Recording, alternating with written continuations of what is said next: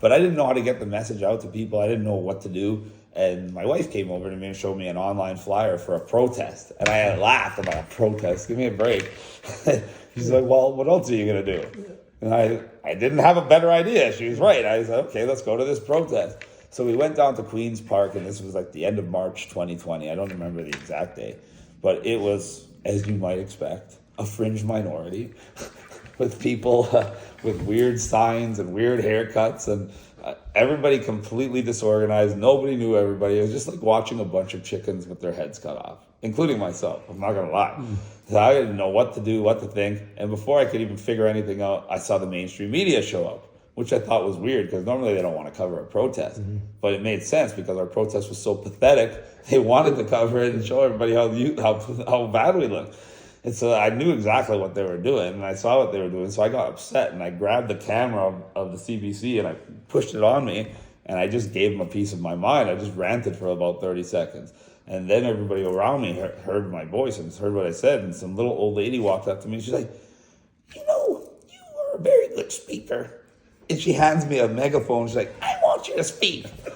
I gave it right back to her. I said, no. I don't want to speak. The last thing I want is the government to close my business, come after me in the media, come after my family, come after my reputation, arrest me, etc. I said everything that I knew would happen to me if I spoke out against the government. And that's what they want people to believe because they don't want you to go up against them. And I was just like everybody else. I didn't want to put up with that either. And then my wife looked at me, and it's like a memory etched in my mind in slow motion.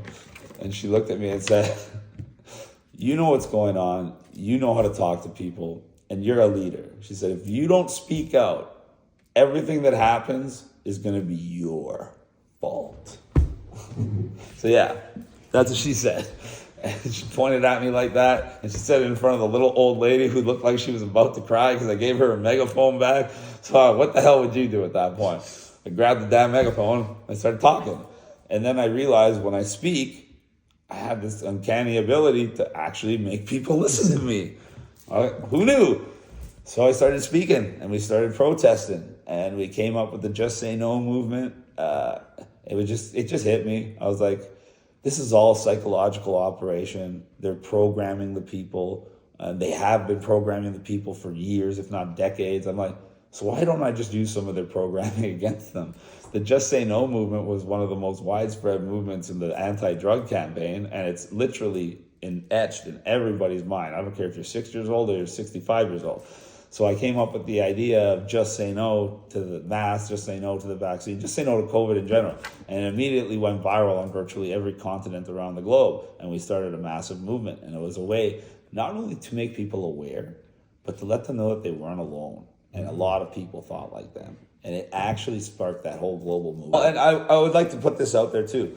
So if people watch this and they do have any questions, I would love to do a follow-up with you of just question and answer. Perfect. Because I know there's going to be a lot of questions, not just about me, but more about my administration, because we touched on it, but there's a lot of stuff that I know people are going to want to ask.